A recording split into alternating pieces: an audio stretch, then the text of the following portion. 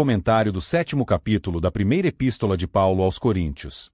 De tal modo os vícios da sociedade de Corinto haviam influenciado e penetrado na igreja, que tinham ainda muitas dúvidas quanto ao propósito do matrimônio, segundo os princípios e leis que Deus estabeleceu para a citada instituição. Assim, enviaram mensageiros a Paulo com uma missiva fazendo perguntas relativas ao casamento, e certamente devem ter perguntado ao apóstolo se o ato sexual era pecaminoso, se o fato de alguém ter se tornado um cristão significava que deveria abster-se de ter relações sexuais, e até mesmo de darem seus filhos em casamento. Estas questões podem parecer patéticas, mas devemos lembrar como a prostituição sexual havia se espalhado por toda aquela sociedade, de forma que quando alguém se convertia ao Senhor, era muito natural que se esperasse que pensasse no sexo como uma arma de destruição da vida espiritual. Então, o apóstolo escreveu este 7º capítulo, para esclarecer estas dúvidas específicas que tinham quanto ao lugar correto do sexo na vida cristã.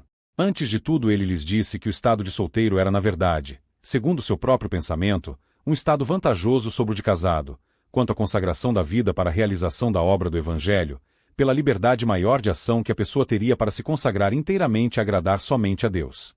No entanto, reconhecia que isto não era para ser determinado segundo o desejo do próprio homem, mas segundo a vocação de Deus, que dá poder e capacidade para se viver solteiro sem se abrasar, aqueles que chama para viverem tal como vivia o próprio Paulo, a saber, no estado de celibato. Desta forma, ninguém está autorizado, nem mesmo o apóstolo Paulo, a decidir sobre a vida de alguém, se deve viver ou não de maneira celibatária. Verso 6. Paulo não deixou de reconhecer o casamento como uma instituição divina, nem deixou também de lhe dar a devida importância e honra, mas sabia, por experiência, que os casados têm muitas obrigações para se agradarem mutuamente, e dentre estas há de não privarem ao cônjuge o direito que é dado pelo laço do matrimônio à regularidade do ato conjugal, o qual somente poderia ser suspenso temporariamente, por mútuo consentimento, para uma maior consagração ao jejum e à oração, de modo a não dar a Satanás a oportunidade de tentar a um ou a outro por causa da abstinência baseada em outros motivos, porque quando se jejua e ora, se está protegido de tais tentações, por se estar em comunhão em espírito com o Senhor. Então, enquanto a pessoa não se casou, está livre dos laços impostos pelo matrimônio, e não há nenhum mandamento que lhe obrigue a atender a quaisquer das obrigações conjugais, caso seja solteira. Mas uma vez que tenha se casado, há o primeiro e grande mandamento da parte de Deus, que os cônjuges não devem se separar. Esta regra se aplica aos cristãos, mesmo que tenham casado com não cristãos. Tanto no caso da mulher ou do homem que sejam casados com não cristãos, o seu lar e filhos serão santificados por Deus, não no sentido de que esteja obrigado a salvar a parte não crente, mas de trazer a proteção da igreja como extensão àquele lar, por causa da parte cristã, versos 13 e 14. No entanto, se o não cristão quiser se apartar, o cristão fica livre do laço matrimonial e não está mais sujeito à servidão imposta pelo casamento, de modo que está livre inclusive para contrair novas núpcias, verso 15. A expectativa de que a parte não crente seja salva, não pode ser considerada como algo que será atendido por Deus, porque ninguém sabe quem se salvará, senão somente o Senhor. Paulo estendeu os princípios relativos ao casamento a todas as demais áreas da vida, dizendo que o que deve ser buscada não é propriamente a nossa vontade, mas a vocação de Deus, que nos impõe, pela cruz, a morte do nosso eu. Deste modo a vocação profissional, não propriamente no sentido da liberdade de escolha que temos para a profissão que pretendamos exercer e que seja conforme os nossos sonhos, mas estarmos satisfeitos nas condições em que formos colocados pela providência de Deus. Isto se aplica também a questões de nacionalidade, porque não nos é dado escolhermos a nacionalidade que teremos, e por isso devemos estar contentes com a condição em que nos encontrarmos, de forma que nenhum gentio é chamado a viver como um judeu, ou este como um gentio, verso 18.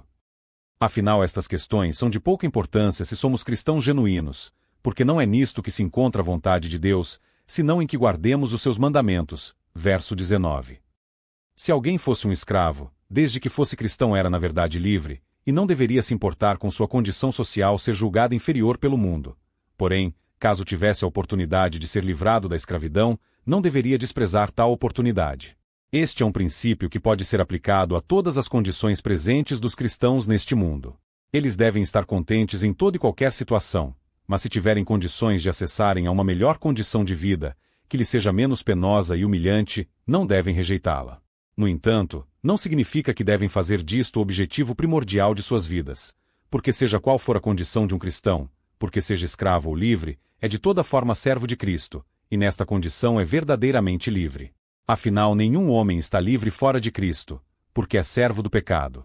Além disso, na condição de servos de Cristo não são as nossas escolhas que contam, senão as dele, e é possível que o Senhor nos conduza a condições humilhantes para o nosso aperfeiçoamento para a obra do ministério. É a Cristo, portanto, que devemos agradar agora, não propriamente a homens. Se o servimos é por amor de Cristo e como que para Cristo, e não propriamente por nos considerarmos sua propriedade.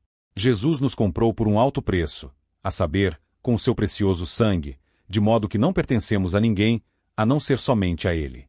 Esta regra da liberdade tem a sua limitação exatamente no matrimônio, por causa do laço estabelecido por Deus, de que não sejam mais aos seus olhos como dois indivíduos separados, mas como se fossem uma só carne. Deste modo o casamento traz tribulações na carne, porque impõe renúncias que devem ser feitas em prol do cônjuge, em face do direito que passou a adquirir sobre o nosso corpo. Contudo, os casais cristãos devem por comum acordo, e conforme ensina o Espírito de Deus aprender a renunciar a tais direitos onde se sentirem chamados pelo Senhor a fazerem em primeiro lugar a sua vontade. Não que viverão no estado de solteiros, mas em parte, como se o fossem, porque todos os laços deste mundo, como o do casamento, como todas as demais coisas do mundo, serão desfeitos quando da volta do Senhor, e o tempo da sua volta se abrevia cada vez mais. Não devemos estar, portanto, apegados a ninguém, porque o próprio Cristo disse que deveríamos renunciar a tudo por amor a Ele, inclusive a nossos familiares. Isto significa que a precedência em nossos relacionamentos deve ser sempre dada a Ele e ao seu serviço. No entanto, tudo deve ser feito com equilíbrio e discernimento em Deus, porque está ordenado aos casados que devem cuidar de fazer aquilo que agrade aos respectivos cônjuges, porque isto está incluído no seu dever de agradarem ao Senhor, pelo testemunho de harmonia e amor que deve existir em seus lares. De modo que o laço do matrimônio só pode ser desfeito de modo legítimo, segundo a vontade de Deus, pela morte de um dos cônjuges. Por isso, Paulo não comentou aqui a separação admitida pelo Senhor, também em caso de relações ilícitas de uma das partes, porque é uma situação excepcional. Segundo o apóstolo, seria bom que os que enviuvassem não tornassem a contrair novas núpcias, mas estão livres para decidir sobre a conveniência de casarem de novo ou não. Passamos agora à leitura do 7º capítulo da primeira epístola de Paulo aos Coríntios. Verso 1. Ora, quanto às coisas que me escrevestes, bom seria que o homem não tocasse em mulher. 2. Mas, por causa da prostituição, cada um tem a sua própria mulher, e cada uma tem o seu próprio marido. 3. O marido conceda à esposa o que lhe é devido, e da mesma sorte a mulher ao marido. 4. A mulher não tem poder sobre o seu próprio corpo, mas tem no marido, e também da mesma maneira o marido não tem poder sobre o seu próprio corpo, mas tem na mulher. 5. Não vos priveis um ao outro, senão por consentimento mútuo por algum tempo, para vos aplicardes ao jejum e à oração, e depois ajuntai-vos outra vez, para que Satanás não vos tente pela vossa incontinência. 6. Digo, porém, isto como que por permissão e não por mandamento. 7. Porque quereria que todos os homens fossem como eu mesmo, mas cada um tem de Deus o seu próprio dom, um de uma maneira e outro de outra. 8. Digo, porém, aos solteiros e às viúvas, que lhes é bom se ficarem como eu. 9. Mas, se não podem conter-se, casem-se, porque é melhor casar do que abrasar-se. 10. Todavia, aos casados mando, não eu mas o Senhor, que a mulher não se aparte do marido. 11. Se, porém, se apartar, que fique sem casar, ou que se reconcilie com o marido, e que o marido não deixe a mulher. 12. Mas aos outros digo eu, não Senhor, se algum irmão tem mulher descristão, e ela consente em habitar com ele, não a deixe. 13. E se alguma mulher tem marido descristão, e ele consente em habitar com ela, não o deixe. 14. Porque o marido descristão é santificado pela mulher, e a mulher descristão é santificada pelo marido. De outra sorte os vossos filhos seriam imundos, mas agora são santos. 15. Mas, se o descristão se apartar, aparte-se, porque neste caso o irmão, ou irmã, não fica sujeito à servidão, mas Deus chamou-nos para a paz. 16. Porque, de onde sabes, ó mulher, se salvarás teu marido?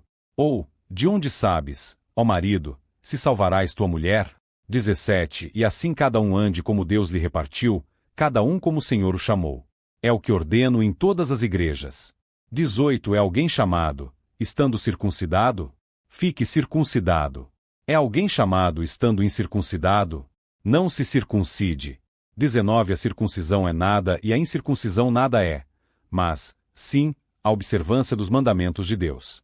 20. Cada um fique na vocação em que foi chamado. 21. Foste chamado sendo servo? Não te preocupes com isso, e, se ainda pode ser livre, aproveita a ocasião. 22. Porque o que é chamado pelo Senhor, sendo servo, é liberto do Senhor, E da mesma maneira também o que é chamado sendo livre, servo é de Cristo. 23 Fostes comprados por bom preço, não vos façais servos dos homens. 24 Irmãos, cada um fique diante de Deus no estado em que foi chamado. 25 Ora, quanto às virgens, não tenho mandamento do Senhor.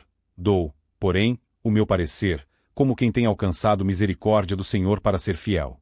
26 Tenho, pois, por bom, por causa da instante necessidade, que é bom para o homem o estar assim. 27 Estás ligado à mulher? Não busques separar-te. Estás livre de mulher? Não busques mulher. 28 Mas, se te casares, não peças, e, se a virgem se casar, não peça. Todavia os tais terão tribulações na carne, e eu quereria poupar-vos. 29 Isto, porém, vos digo, irmãos, que o tempo se abrevia. O que resta é que também os que têm mulheres sejam como se não as tivessem. 30 E os que choram, como se não chorassem, e os que folgam, como se não folgassem, e os que compram, como se não possuíssem. 31 E os que usam deste mundo, como se dele não abusassem, porque a aparência deste mundo passa. 32 E bem quisera eu que estivesseis sem cuidado. O solteiro cuida das coisas do Senhor, em como há de agradar ao Senhor.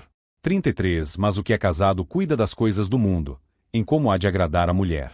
34 A diferença entre a mulher casada e a virgem. A solteira cuida das coisas do Senhor para ser santa, tanto no corpo como no espírito. Porém, a casada cuida das coisas do mundo, em como há de agradar ao marido. 35 E digo isto para proveito vosso, não para vos enlaçar, mas para o que é decente e conveniente, para vos unirdes ao Senhor sem distração alguma.